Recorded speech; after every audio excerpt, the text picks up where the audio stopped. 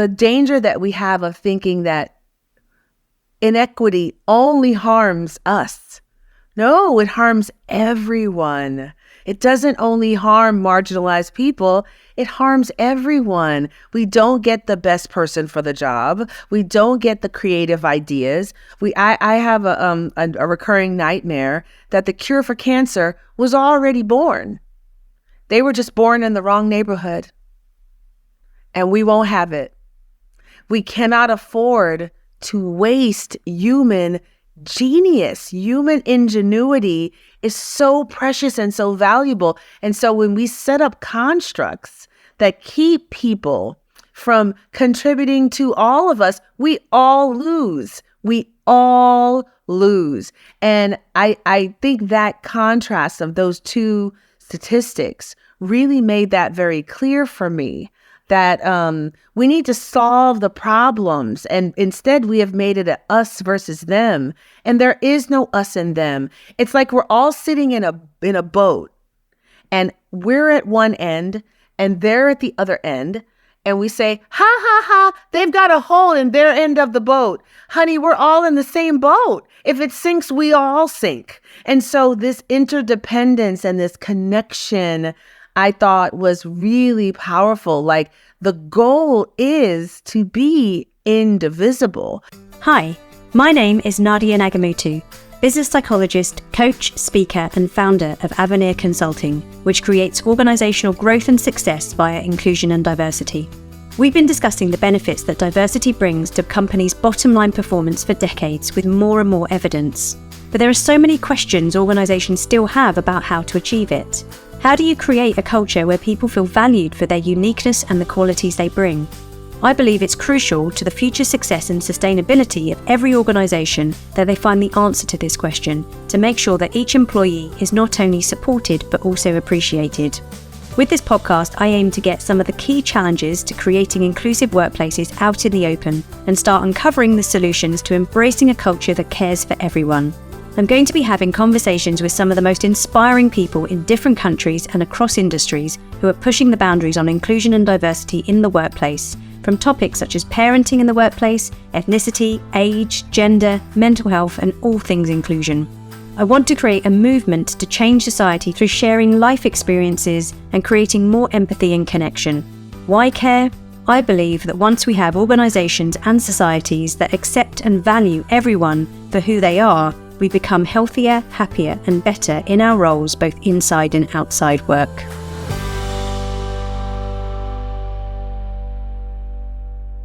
Hello, and welcome to episode 43 of Why Care. My name is Nadia Nagamootoo, and I am your host. This episode is a huge treat as I speak to nationally recognised workplace culture expert Denise Hamilton. Denise is the founder and CEO of Watch Her Work, a digital learning platform for professional women, and All Hands Group, a workplace culture consultancy. She's consulted for and presented to dozens of Fortune 500 companies, and her thought leadership has been featured in Harvard Business Review, Fox, Bloomberg, Newsweek, and she's a regular contributor to MIT Sloan Management Review. Her book, Indivisible, was out in February 2024 and is one of the most accessible DEI books I have read. In this episode, Denise shares the need to focus on the ultimate outcome of what we want from DEI work. It's not about counting how many of each type of person we have, but about putting in place all the necessary systems and structures so we can get the most value from everyone.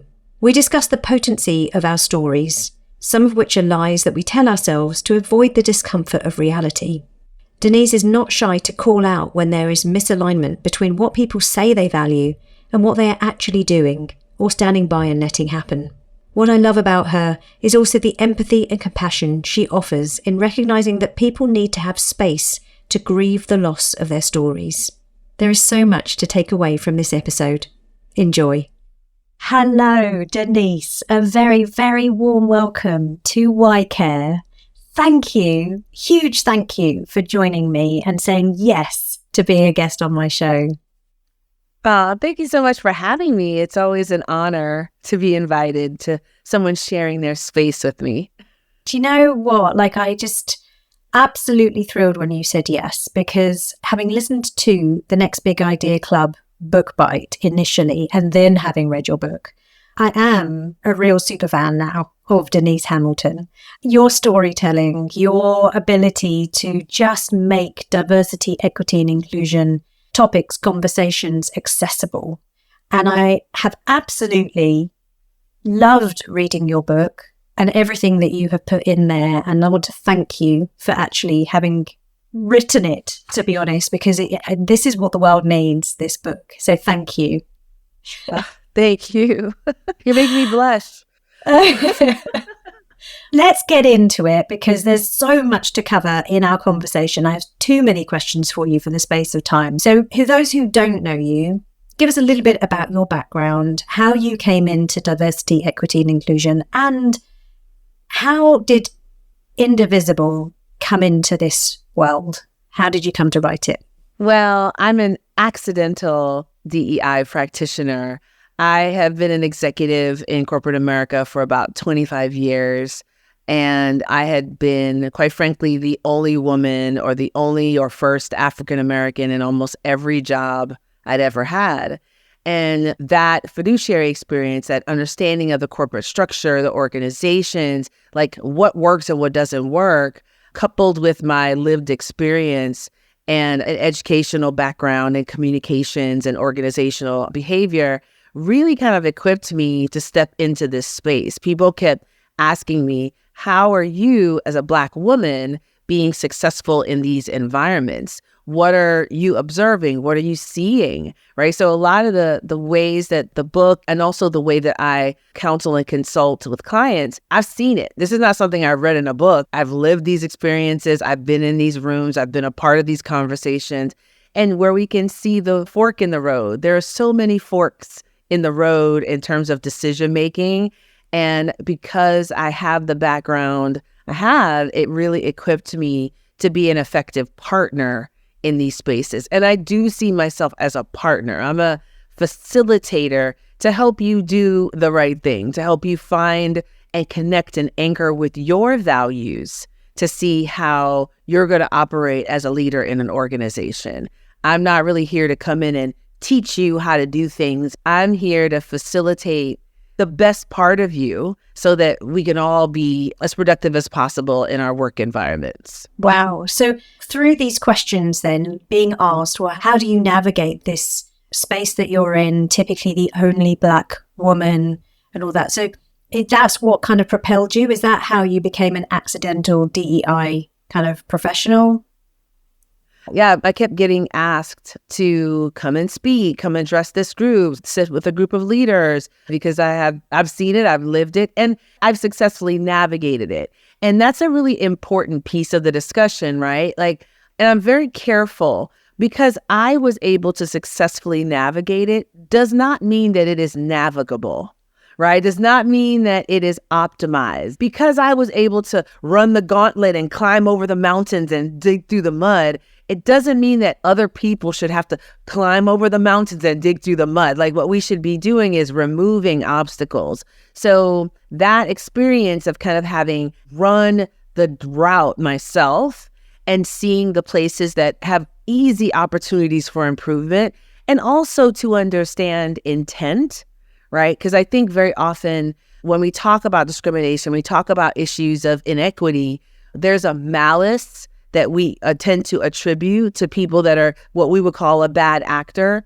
And very often it's more nonchalance than it is malice. So if all of your answers and your structures kind of speak to malice, then these people, they don't even know what you're talking about. So you're not communicating because they really don't have any malice. What they do have sometimes is thoughtlessness and a lack of care and a lack of interest.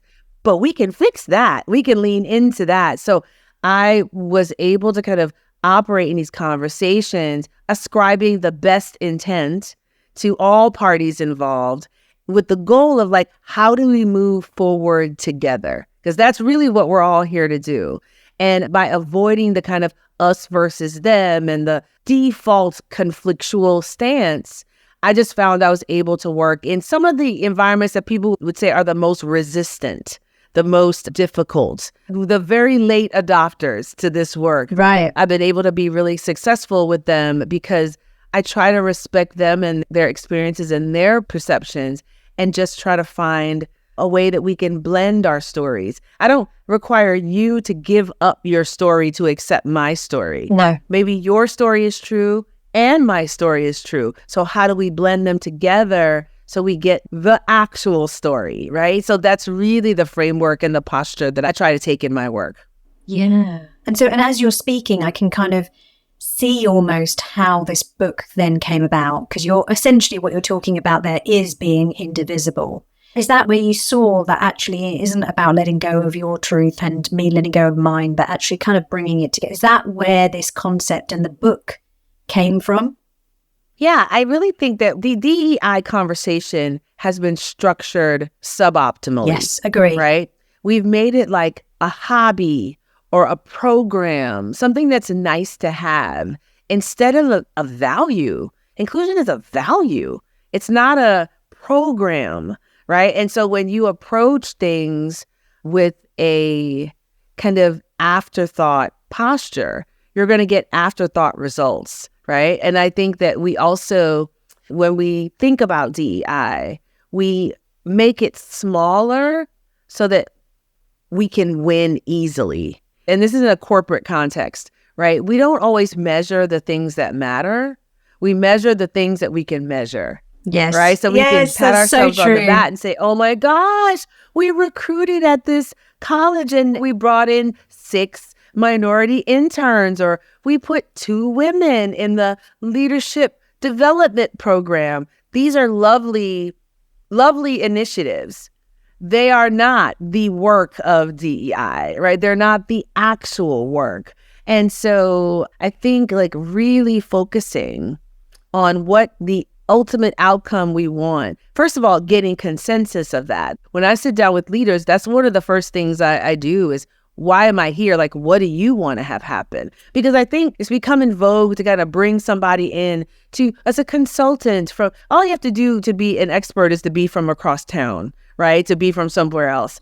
But to bring someone in that's going to tell you what to do, and to me, that doesn't really work. What works is unlocking what you want to do, unlocking what you care about and how you, now, if you care about it, I can help you with the skills to execute it, but I can't make you care about it. Right. Right. And I think we skip that step of building consensus and making sure we actually agree on what success would even look like. Agree. Right. Like, and if we don't agree on that, it's really hard. All the programs in the world are not going to make a difference. So that's why I wanted to write the book, because I wanted to help people understand why they were having so much trouble. Right. The first 5 chapters of the book are literally like, what gets in the way? Yes. Why is this hard?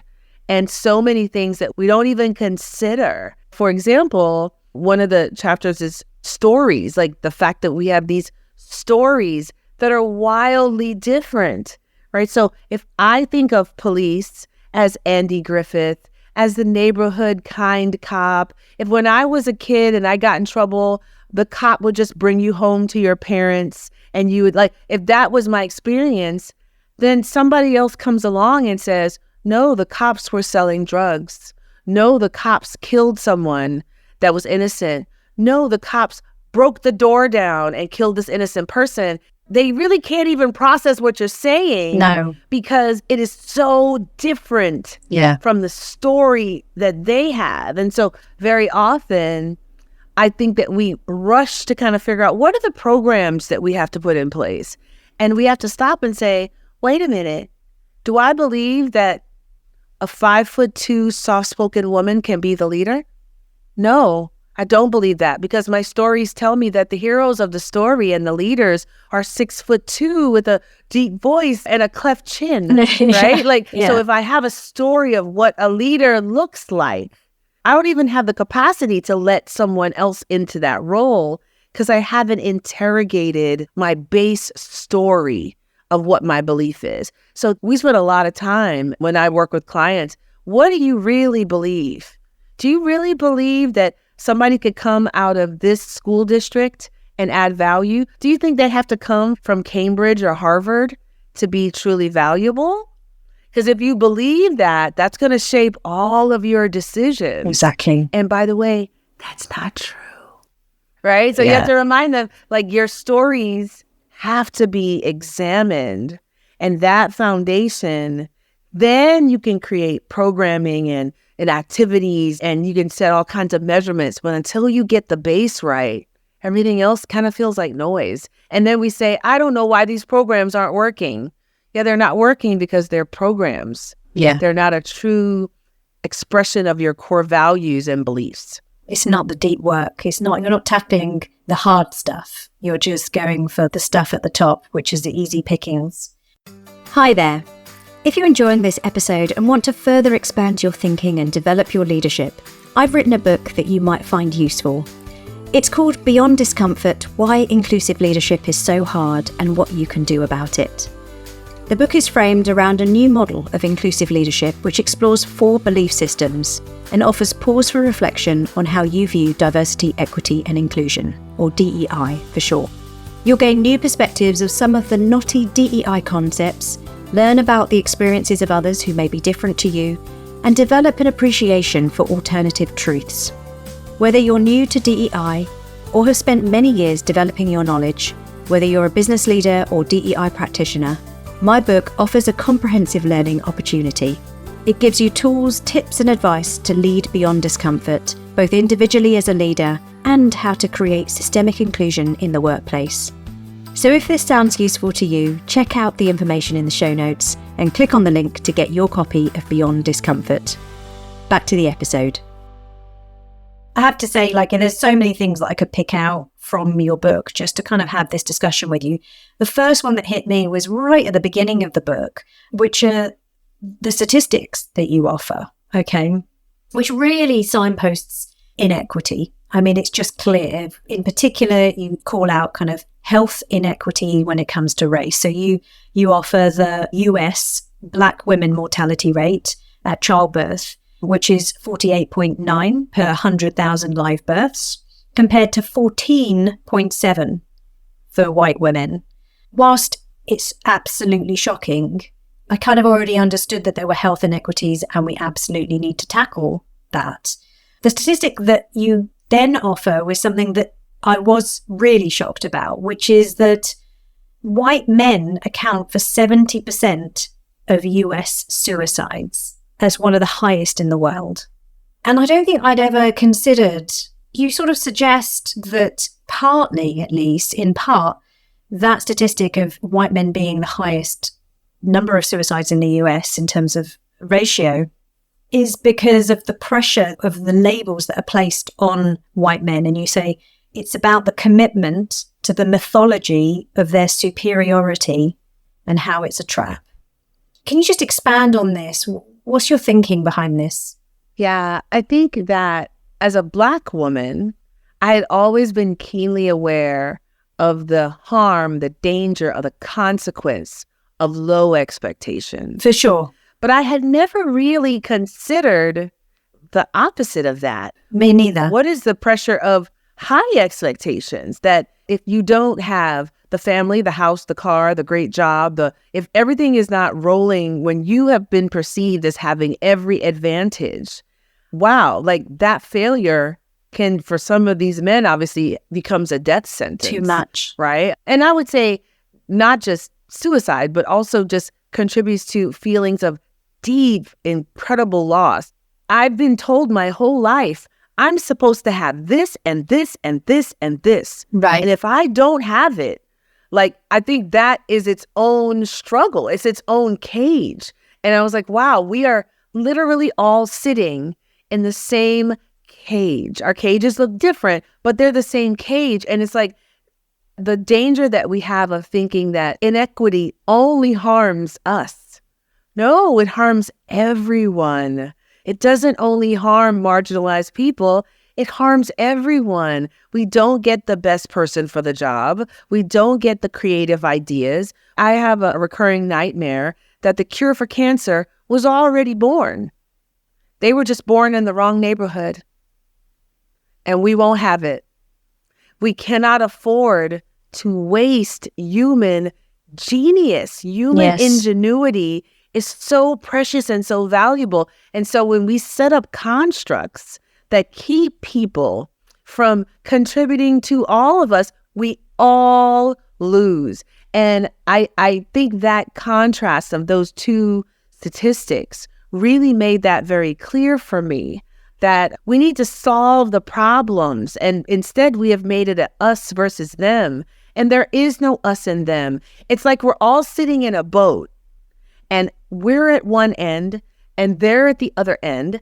And we say, ha, ha, ha, they've got a hole in their end of the boat. Honey, we're all in the same boat. If it sinks, we all sink. Yeah. And so this interdependence and this connection, I thought was really powerful. Like the goal is to be indivisible. Because if you can be indivisible, you can be indestructible. Yeah. But instead, we've made this a hobby, something nice to do. Like we hope that you will be a nice person and hire a Black intern, bring a woman in here to do, she can be the assistant on the team. Like these small measures, this Noah's Ark approach of two of each kind, right? Like that's not what the goal is.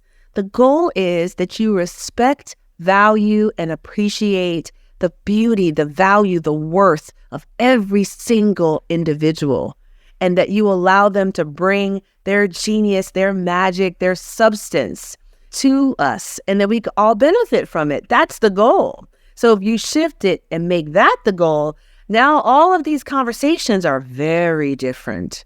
They're very different. DEI is not charity. It's survival. It makes your country, your community, your state, your city, wherever you are, it removes the barriers that allows everyone to bring their A game. I want all the A games that I can access. I want all the genius I can access. So I want to remove anything that creates a boundary, a barrier that is unnecessary. Gosh, we can't afford not to, is what you're saying. I mean, I love what you said about the person who has the cure for cancer has already been born. They just were born in the wrong neighborhood. I mean, wow. It makes you really think, doesn't it?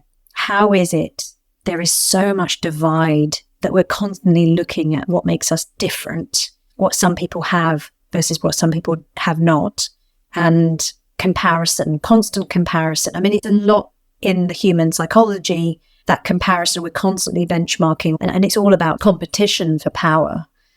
So this concept, which is why I loved your book so much, around being indivisible, you say the goal of inclusion itself, whilst noble, is inadequate. We need a bigger goal. We need to be indivisible. And I think you've spoken a little bit to this just now, but maybe you can expand a bit more. You know, should we be moving away from even the language of inclusion towards something else? Well, I think language is always evolving, right? These concepts are evolving. As I sit here talking to you on another continent, this used to be impossible. This used to be impossible, right? So we have to allow things to evolve and to grow and to mature. The solutions that I had when I was 15 of what my goals were, I hope I don't have the same goals at 53 that I had when I was 15, right? So some of our language was deeply essential 20 years ago, 10 years ago, 30 years ago. Some of the policies, some of the laws, some of the rules, some of the initiative, like all of it is subject to constant evolution, right? Even when I think about diversity, equity, and inclusion, diverse from who? Equal to who? Included by who? Yes. Even in our language, you put one group at the center and everybody's trying to get to the center. Even as we're doing this work, the language is even inadequate, right? Now, I don't say that to say it's not any good and we need to dispose of it. I say that to say that we need to constantly be evolving. We need to constantly be growing and looking for, once we've met like one threshold, what's the next threshold? What's the next threshold? And it would have been ridiculous in the 1800s, in the midst of slavery, to say, we should be indivisible. That would have been a ridiculous conversation. Yes. Yeah, they weren't ready for it. Now, right. We're in a season We weren't ready for it. And I just feel like we're ready. We're ready to move into a different part of the story. I think like each generation has been charged with writing their chapter of the story, right? And so I think when we think about what our chapter is going to be, it should not be regression. It's not about going back to the good old days. It's about moving forward and figuring out what is next and to allow ourselves to broadly imagine what's possible. What are we capable of doing? And if we can do that, I think that it won't feel stagnant. We've seen a backlash against DEI in recent months. And I really think it's because a lot of the ways that we even talk about it, some people intentionally minimize and sideline and compromise the language. So setting aside the people that are intentionally diminishing it for their own selfish gains, I think also you shouldn't have the same goal for 40 years. It should evolve. And so how are we evolving what our efforts are and what our expectations are? My expectation is not that you're just going to hire one minority woman on the board or put one minority woman in leadership team or put one member of the LGBTQ community in the blah, blah. That's not my expectation. That's so paltry, right? I had a client that I worked with the other day that is just a perfect example of this. Their client base is women.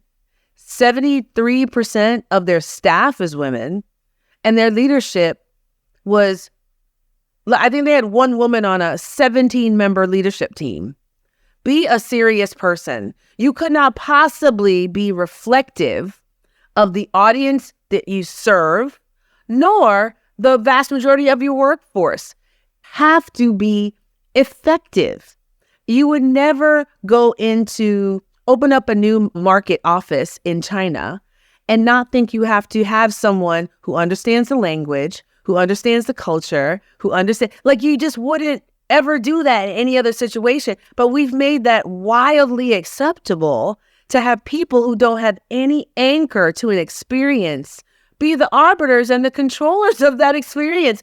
Where do we do that? Like, that doesn't even make sense anymore. No. So it's not about Noah's Ark, two of each kind. It's about authentically respecting the fact that different people with different perspectives and different backgrounds contributing to your decision-making process are going to give you a better decision. It's not even an argument. All the research has borne it out. There's a lot of research that says homogeneous groups make faster decisions and they're happier with them. Right? I've heard that. That's a really interesting metric. It is. They make faster decisions and they're happier with them. So it's efficiency and morale. Yeah. Notice I didn't say they make the right decision. They make the best decision. I didn't say that, right? When you introduce diversity into a space that's homogeneous, they're not going to like it all the time. No. Because they may lose some of that efficiency and they may lose some of that morale because you thought this was a great idea. And then I come along and say, actually, that's not a great idea. And it's not a great idea because of this, and this. That's not always comfortable. But do you think you're going to have a better decision if I'm there? Of course you are. They're like, that's not even negotiable. So the issue of like reframing what the target is, what the goal is, I think makes this a better discussion for everyone, for all parties in it, because we're all now rowing the boat in the same direction. Yeah.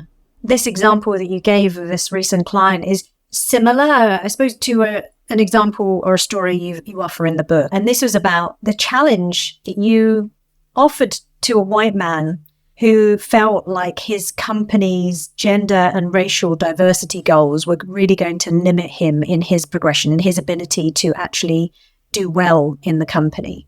And that's not uncommon feeling or thought, right? Particularly for those who typically have fallen into majority characteristics, so white, cis, hetero, able-bodied, men. What I loved was reading how you challenged. You sort of say to him, You offered him space to share his concerns, so you listened to him, and then offered him a different story or a different perspective. So you said when you were invited to join this leadership team, you knew the organization was overwhelmingly female, but they only had one woman on the board. You knew it was almost half people of color, but there was only one Black person on the board. Did you care about them? And as I read it, I was like, ooh, right? It's quite a hard pill to swallow. And I'm intrigued how he responded to that challenge. What's your thinking in the way in which you approached that? Yeah, I think it's why when I start with any client, I try to get clarification on values we share. You can have any conversation in the context of shared values. If you tell me that you appreciate fairness, if you think you believe in merit, if you think you believe, and I get that up front, like, what is it that you believe? Okay, so you really truly believe that out of all of these women that work at this company, they just cannot find a capable woman to step into this environment. They found one, but out of 17, 16 people, they just can't find more than one. Do you really honestly believe that? Like, that's statistically impossible, right? So when you say you believe in fairness and merit and all of those things, I'm like, how do you think this is happening? Is it that you believe that this group of people is just so vastly superior in capability and execution that, of course, they would always rise to the top of every single organization? Oh, no, I don't think that. Well, what do you think? I think very often we do not require people to interrogate their own reality. We position ourselves to tell them about their reality. Yeah. And I find I just ask questions. How is what you're living and experiencing, how does that align with what you just told me you value? How could this environment possibly be fair? And make them defend it. Why am I defending a system I don't run? Right? Like, you explain to me why this feels good to you and what you think the factors are that are animating this reality. And if you really care about fairness, about merit, about all those things you just mentioned, then I should see the results of that. A really good example of this, I was talking with a friend, I believe the conversation was about affirmative action. And the conversation had gone on for a while. And we got to this conversation about values and how I believe that you really have to examine and lay every decision that you make along your values. And so he was like, it has to be fair, Denise. We have to make sure that we get the best person in the job and all these programs are keeping out the best. I said, okay. I said, you believe in fairness, right? You believe in merit. He said, yeah. Okay. Didn't you get your son an internship at your company? What do you mean? Isn't your son a C- student? If you believe in fairness and equity and all these things, you believe in that you have to have merit, you have to then walk me through that decision to give an internship to someone who patently didn't deserve it. Didn't you tell me that he only got an internship with you because he was too lazy to chase one on his own? Isn't that what you said? But that didn't stop you from compounding his already long litany of advantages. You had no problem giving him yet another advantage. Was he the one that deserved that opportunity? And he had to admit, no, he wasn't. That's the thing. You have to make sure that whatever policies you want, that you really, truly apply them throughout every capacity of your life, not just when it comes to excluding someone, right? Make sure that it has a consistent through line. Yeah. A through line through everything that you do. And if you do that, and you read that kind of opens up, that takes a film off of your eyes. Like, sometimes you didn't make good decisions. Sometimes you had better options to make the decision. So you give yourself a big pat on the back of how much you've accomplished. Well, slow down. If you had the same set of variables that this other person had, do you think you'd be sitting in that seat right now?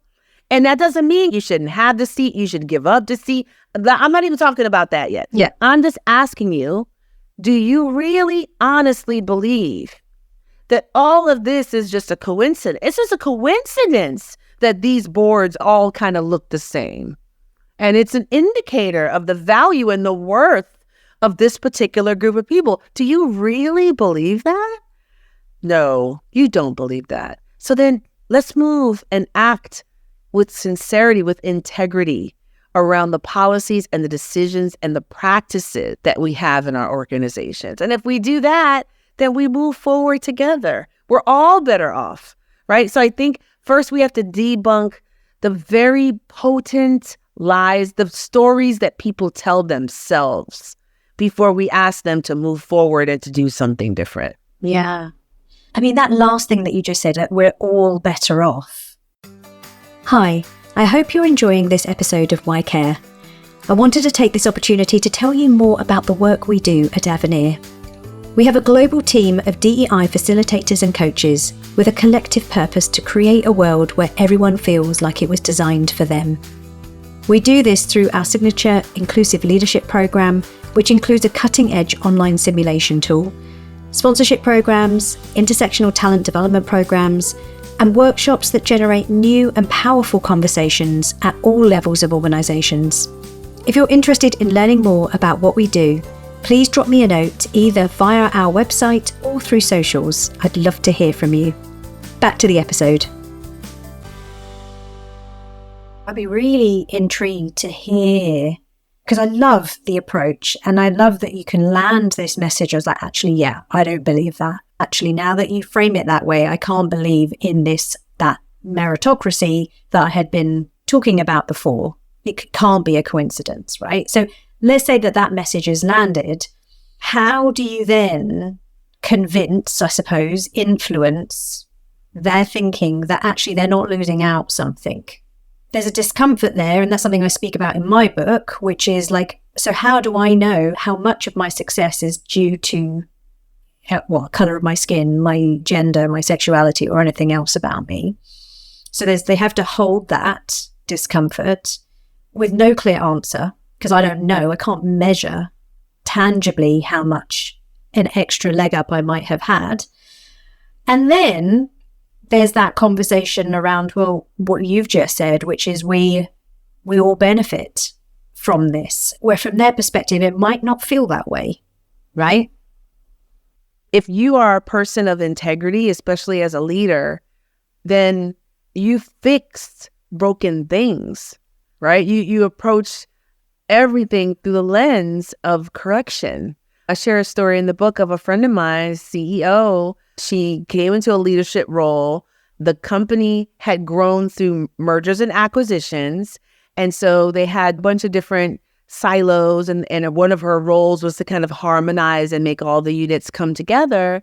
And in their analysis, one of the companies had a practice of paying the women 25 to 30% less than the men for the same jobs. And they looked at everybody and it was clear as day. But the answer to your question is what happened in that boardroom. They're sitting and they're talking about this thing. You've realized you have a problem.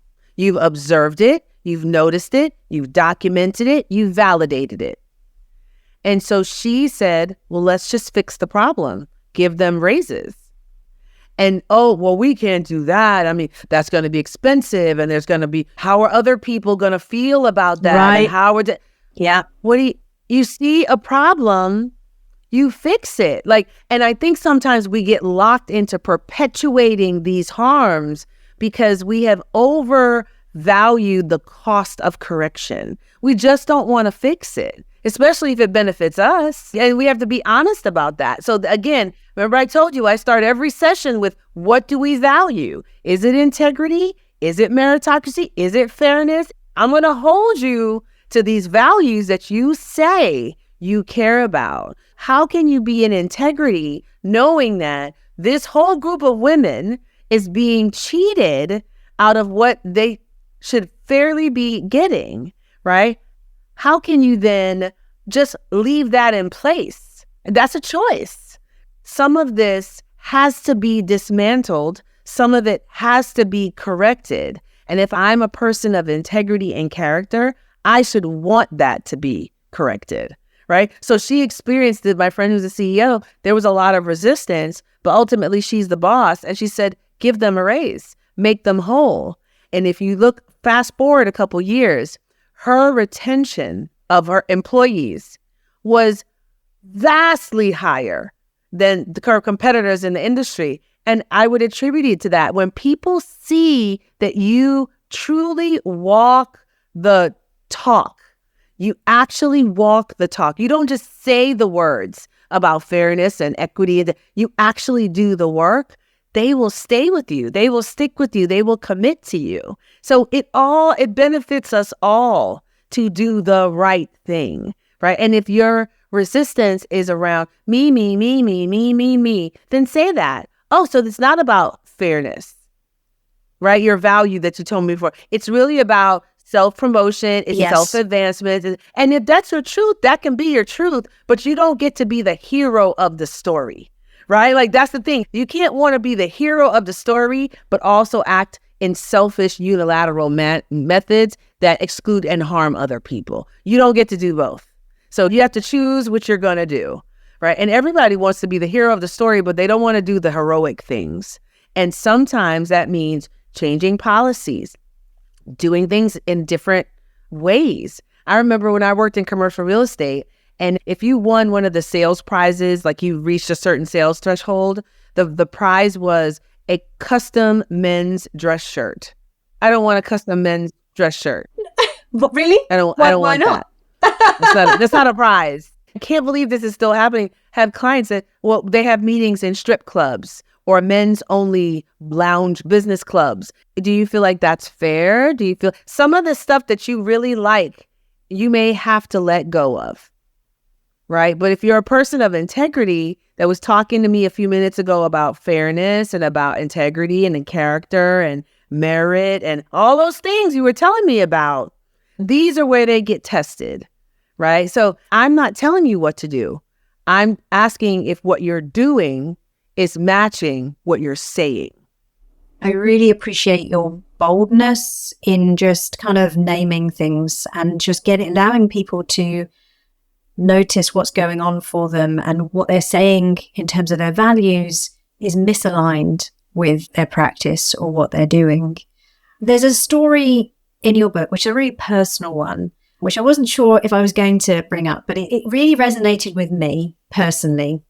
And it's around grief, and it's around sort of recognizing the truth that you hold and how you let go of truth. And I think it's really relevant to this conversation here, because this is about challenging now. This is what I thought, the type of person I thought I was, and this is the world I thought I was living in. And now I have to let go of some of that and replace it with something else, which feels really uncomfortable. And I really want to hang on to this lovely utopia and kind of what I had in my mind. So the story, and I think you know probably which story it is around The Cosby Show.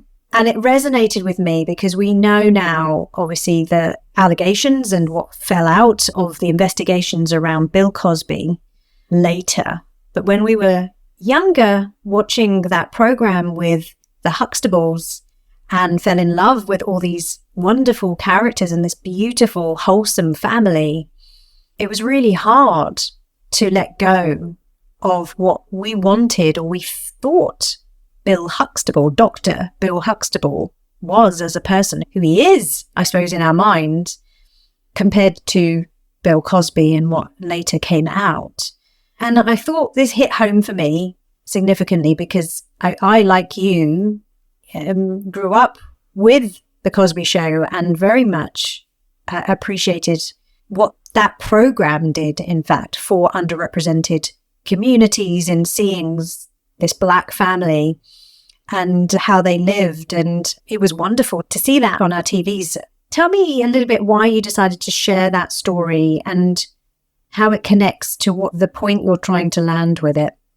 I think that our stories tell us who we are.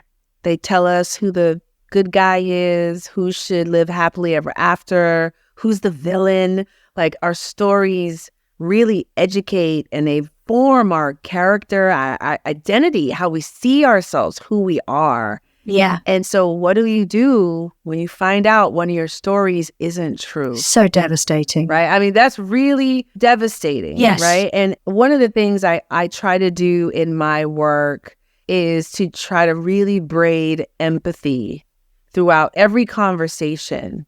If I thought my daughter was going to get to go to this college that I went to because my dad went there and I went there, and so she should go there, and they change the rules and they make it more open, and now there's more minority kids getting in and my daughter can't get in, I am legitimately sad. Yeah. Now, your daughter is not entitled to a spot, and clearly she didn't earn a spot, right? So it doesn't have to be real, right? It's not authentic. Your daughter never had a spot at that school. Right. But the grief that you have in losing your story, your goal, your dream is a true, authentic grief. Yeah. And I think very early in my work, I wasn't as respectful of that.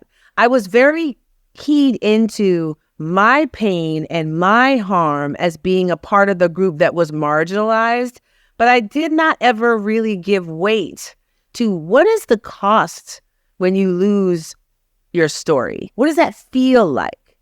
And so when Bill Cosby, the allegations started coming out about him, I was, no, it couldn't be true. He didn't do it. Like I was very much like, this is not possible. Yeah. So that's the third person, the fifth person, the ninth person, the 14th person. I was like, oh my gosh, this is really true. It is. And it struck me deeply. It was deep because he raised me. He was a third parent.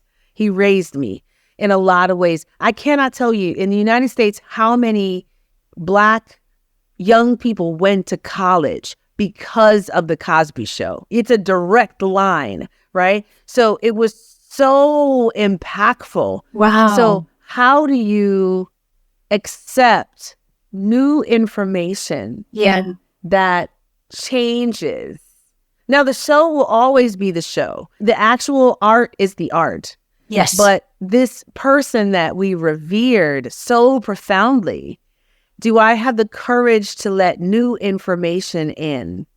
Yes, I did. I was able to accept that this is not the person I thought he was. Yes. And I believe he should go to jail. Yes. Right? So I want to acknowledge that's the first step of courage. Sometimes we have to let the new information in.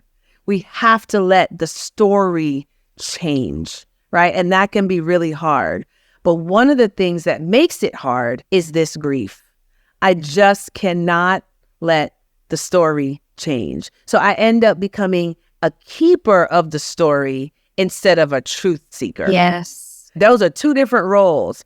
And so that grief, if you're not careful, it stops you from letting situations change and growth, to be honest with you. Like people hold on to things and it doesn't matter how much data you show them, how much information you give them. Well, I just believe it's like this. You have to operate in truth and reality. And if you don't, we all suffer. But it's harder than it sounds because of this grief and this reluctance to give up a story, a beloved story. Just because it's not true doesn't mean I don't love the story any less. Yeah. Right? It doesn't mean I love it less. And so do we have a capacity, a compassion, and empathy around that loss? I think we should. Yeah. I love that. And what I heard in that was that compassion is the first word that came to my mind as you were speaking here. How can we be compassionate in how we do DEI work, right? In how we acknowledge other people's stories and what they're letting go or will need to let go, the discomfort of letting go in order to recognize a different reality, a different truth. And how do they marry those two up? And that takes work. And there's grief there, that loss. There's one more point that there's another story that you share under a chapter called Reimagined Thoughtless Charity. And I very much appreciated this chapter where you brought to light something that I've always struggled with, I suppose maybe is too strong, but just kind of thought about, is this right? Which is when it comes to charity work at Christmas time. And my daughter's school do this, where they organise that we give a gift, buy something new for a certain demographic of child and label it and wrap it up, and it gets sort of given to a child who wouldn't otherwise have any gifts or presents at Christmas time. And I have always thought, where is that line between kind of charity work and saviorism? And I have, similar to what you described in the book, felt for the parents who don't get that wonderful glow and feeling when you see your child open a gift, that you were part of that. You're sort of taking away something from those parents. And so you and your family have hosted this, I thought it was a brilliant idea, a toy giveaway called Good Givers. So maybe you can just share a little bit about Good Givers and why you set it up. I'd love to. It's one of my favorite things to talk about. My husband and I both grew up very low income. And so we've gotten a chance firsthand to observe how poor people are handled, how poor people are disrespected, how poor people are infantilized. The character of poor people is often challenged, which I don't know. I know a lot of rich people and I know a lot of poor people. There's good and bad people in both groups. Sure. But how we ascribe kind of positive intent to one group and just automatic negative intent to the other. And so there's a lot of observations I have about poverty and how we handle poverty. But one of them, as you mentioned, is how we do gifts at the holidays. And I just thought, we created this space where the giver gets to come in and be the hero. First of all, we do these toy drives and you gather the kids all together and you reach in a bag and you indiscriminately pull something out the bag. And, oh, you're a boy, so you get a truck, and you're a girl, so you get a Barbie doll. Don't get me started right? on It's that. kind of like it just was so flat and two-dimensional, as if the girl might not want a truck, right? It just never occurs to you she might want the Legos. So I just was always struck by that. And then the other thing is people get toys that they wouldn't give their children. Why would you buy something for this child? It's got lead-based paint in it. You got it on clearance at the discount store, but that's what you get for the giveaway. But you would never give that toy to your child. So I think that's an interesting dimension of this. But I always remember looking at the parents in the back of the room, because the parents are always somewhere away, watching some other rich, wonderful, kind person give their child this toy. And I thought, why does that person need to be the hero in somebody else's child's life? I don't need to be the hero in your child's life. And so we flip the model. And what we do is we go and we buy the toys. I mean, at this point, it's 1,000 toys that we buy. And there's rules to the toys that we can buy. Big boxes. Guess what? You know how you like to open up a big box on Christmas Day? So do poor kids. They want the same things that your kids want. So they have to be big boxes and they have to be of a base quality. Again, if you want to buy it for your child, don't buy it for these kids. I'd rather serve less people than give them a whole bunch of crappy stuff that'll just be broken in 2 weeks. And extreme diversity of toys. So we have microscopes and we have art kits and we have athletic equipment and we have craft supplies and we have an easel and we have the idea is these kids have varieties of interests just like rich kids do. And I would say they get less opportunity to develop those gifts and those interests than rich people do. Yes. So why don't we give them a chance to get a toy for Christmas that actually reflects them? And then here's the shocking twist. The parents come in and they get to pick the toys that they give to their children. We help them wrap them up and then they leave. And we're not there on Christmas Day because we don't need to be, because we're not the heroes. We get the parents to be the heroes, right? They know their child really would love this chemistry set. They know that their child would love a karaoke machine because they love to sing. They know their child far better than we could ever know their child. So why don't we let them pick and let them take the gift to the child I love on Christmas this. Day? And so we then now plan, this year will be the first year we're doing 100 good givers all over the world. We're doing actually a couple in the UK because it's really a simple model. Yes, if you go to indivisiblenowcom, you can go and sign up to just learn how to do it. I'm not magical. We go to the store, we buy some toys. How we do it is we go to a low-income apartment complex area that we know they have income guidelines to even live there. So we don't do an application or anything like that. Right. We find an apartment complex that has the population we want to serve. We talk to them. If you and 5 friends get together and you can only do 5 families that have 2 kids each, great. Have the apartment complex help you pick the 5 families and you do good givers. If you can afford to do a whole complex, then you do that for the whole complex. You could do it as small or as big as you want to do it. And people say, well, are you going to create a nonprofit organization? Are you going to do these gift drives all over the world? No. The whole point is you can do it. Yeah. You can ratchet up your kindness. You can do thoughtful charity. We all have the capacity. If we can remove ourselves from it and we can center the actual recipient and be respectful of people who are experiencing economic challenges, it doesn't mean they're bad people or lazy or terrible. It doesn't mean any of those things. It means they need some support. And if you want to support them, authentically support them. Like you really want to help a poor child, help their mother, help their parent, help their caregiver.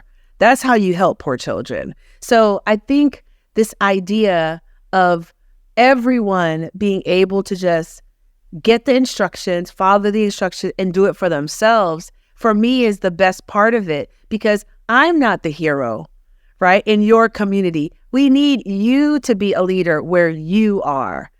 One of the biggest lies of our time right now is the myth of hopelessness and helplessness.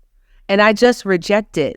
You are capable of impacting your right around you. And I think we've been talked out of that. I love that we are very concerned about things that are happening all over the world, right? That's beautiful.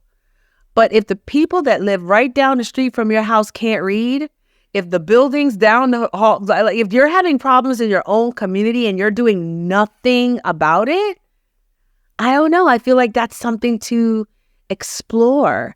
And sometimes we attach so much judgment to economic struggle that we talk ourselves out of helping. Yes. And so I hope that Good Givers is a model for people of just an easy way that they can dip their toe in an upgraded charity. That's what we call it. It's up-leveled charity.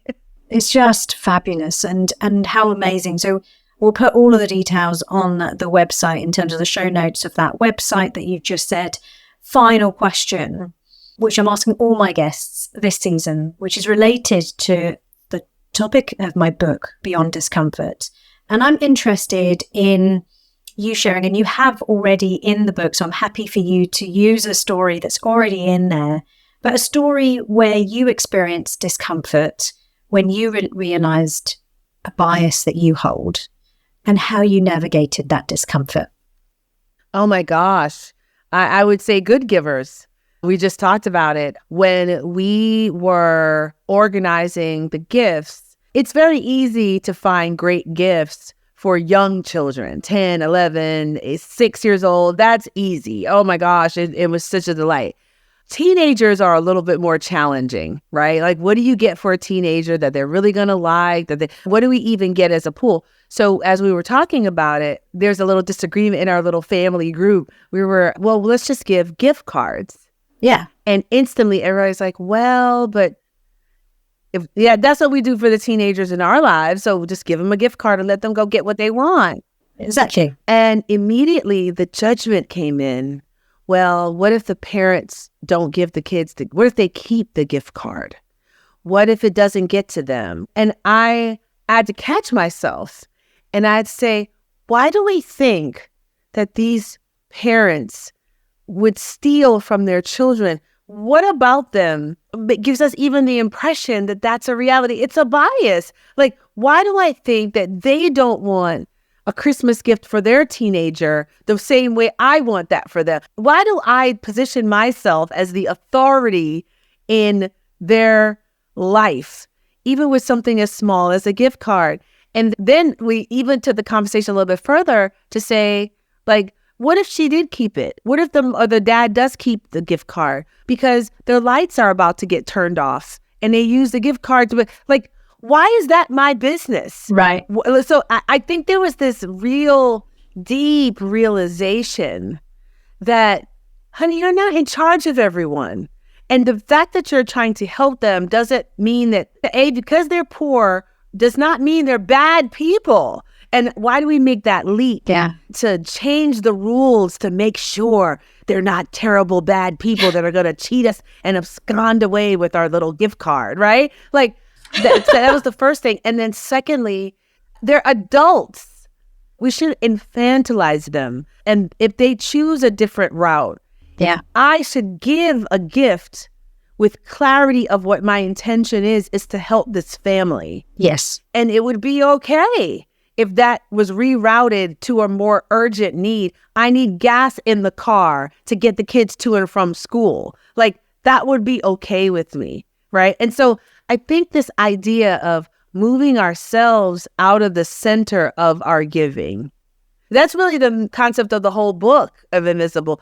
You are not the star of every story. You're not the hero of every situation. That you need to remove yourself out of the center and understand that you're in community with other people, with other needs and other priorities, and that we need to negotiate that. But if you look at everything through a lens of you being the center, that really diminishes almost every single situation. It really is. I can't think of an example of a situation that doesn't harm. That kind of thinking doesn't harm. So even the folks that work and do this work every single day have to always check our own biases. Oh, we do. And have to be really careful and respectful of the people we say we want to help and support. Denise, what a way to finish this conversation. Thank you a million times over for everything that you have shared today, this incredible conversation, so many insights, so many wonderful, powerful stories that really explain what is the next step. How do we evolve the work that we're doing? And I so appreciate if those who are interested in learning more about you, where are you? Where can they get hold of you? Are you on socials? I am on all the socials at official D Ham, as in Denise Hamilton. Official D Ham is my handle on all the socials, and they can check me out at denisehamilton.co, and they can take a look at the book at Indivisible now. And obviously the book and the audiobook is sold any place that books are available. And I highly, highly recommend Denise's book. Everything that we've spoken about is going to be available at the usual place on the show notes page. We will get the full transcript up there too. Oh, wow.